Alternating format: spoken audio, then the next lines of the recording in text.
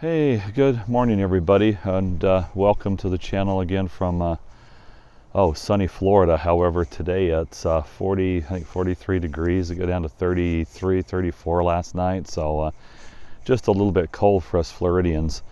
Hey, this is a kind of a 2-month ownership overview of the 4Runner here, and kind of some of my likes and dislikes. And let me just caveat from the very beginning that I'm not going to give Toyota any dings for old technology and, you know, if only a 5-speed transmission and stuff, because honestly I bought the vehicle because it was tried true. It's been tested, and you know, I've had quite a few viewers of my first video on this vehicle talk about how you know, one guy had 700,000 miles on his original engine and transmission. So I bought it knowing that the technology on it was maybe a little old and antiquated versus what you can get now. My wife's Land Cruiser has you know, the 5.7 that my Tundra had in it. It's got an 8-speed transmission. Doesn't get necessarily any better gas mileage than my Tundra did. It just shifts faster more frequently to kind of trying to help it a little bit, but still doesn't really do much difference. So I mean, I'd be okay with the old 6-speed transmission in it.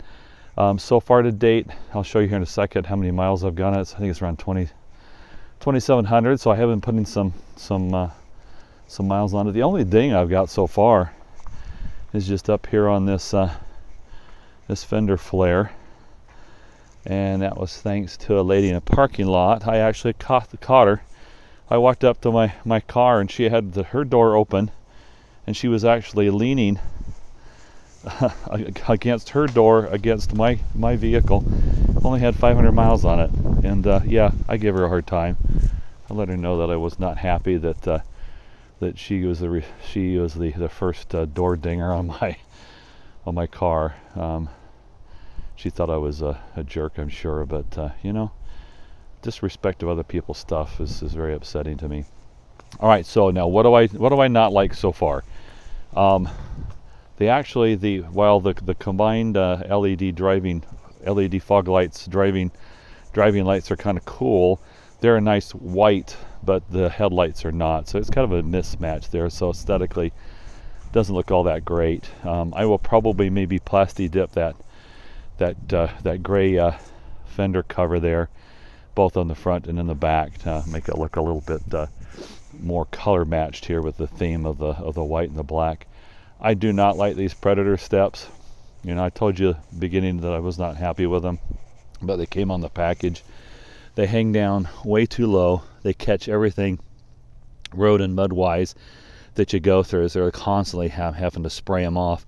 They're connected to the body. They're not connected to the frame. So if you have any significant weight you're putting on it, that might end up being a problem in the end. So I'm not a fan of the Pro steps. Gosh, anything else? Oh yeah, you know, I do like the way this kind of flares out here in the back. It definitely gives it a kind of a really nice stance, and I do like that. Once again, that silver does not match the black there. I think I need to plasti dip, but I put this kind of a shackle system on the back here just to act as a extra little protection. Got that from, I think, the TRD John. He's got a blue cover, blue TRD down here in Destin, and that protected his bumper from a gal that tapped him in the back. So I thought, well, that sounds like a good idea. It's only like, it's not that expensive, $25, $30 or something like that. Let's see. Honestly, the biggest dislike is this right here. I do not like the window controls up here on the top of this post. Even after a couple of months, every time I go to roll the windows down, I'm still reaching down here into this area. Just that seems to be the natural place for them to be. And it rains a lot here in Florida, and I've never been a fan of having the door open and having the rain, you know, coming down on top of those controls. And of course, that's the case with all the doors. They're all up on the top there, and I don't understand the reasoning behind that. All right, let me get inside here and let's take a look at where I'm at mileage wise.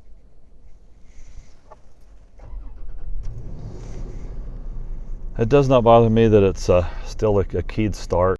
You can see that, let's see, I've got 2,751 miles.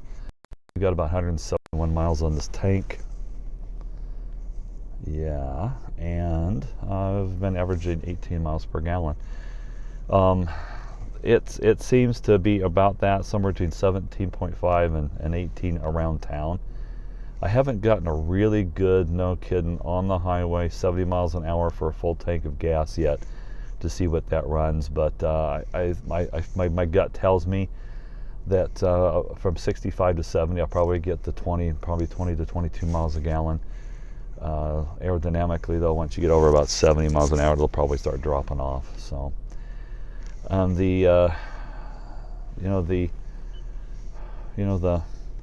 the nav system, the map's kind of small. It's not too bad. You have to have the N2 app to get a lot of extras out of it. The infotainment system here, or not the infotainment, I guess it's the your display here.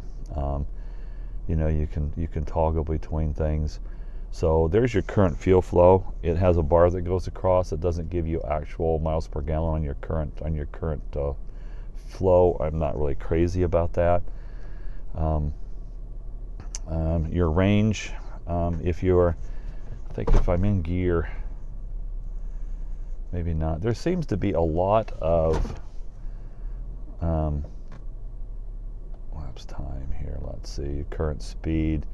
Now, this, it would be nice. It'll show your wheel directions, okay? But that's it. You think it would display your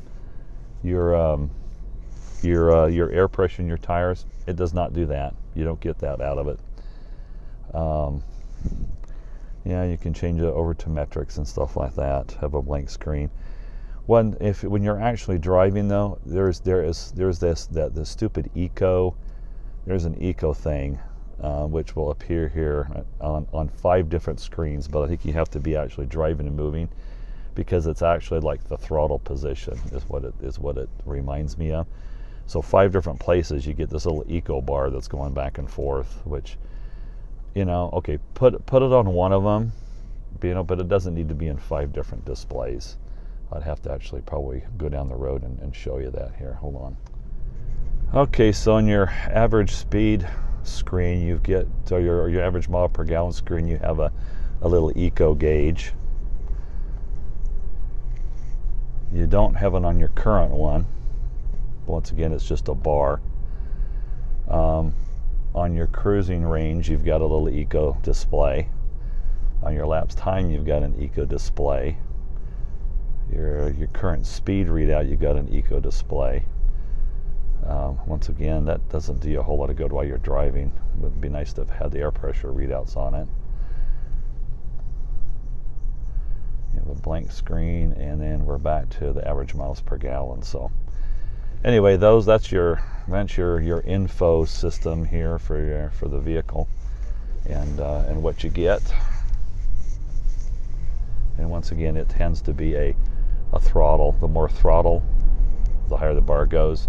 You come back, and when you put the cruise control on, it looks like this. Even though the throttle's engaged, you get no display with the heavy cruise control on. So I'm not sure what good that whole bar does.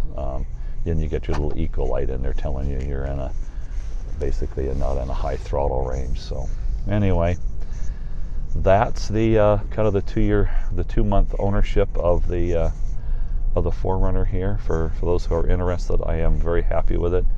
Like I say, just a couple little nit noise. My first mod, most likely, will be to get rid of those Predator steps and just maybe put some rock sliders on to be able to protect it. Probably will wait on the lift, because here in Florida, it's got plenty of what I need. So anyway, I'm gonna get a little closer to get rid of that sun. So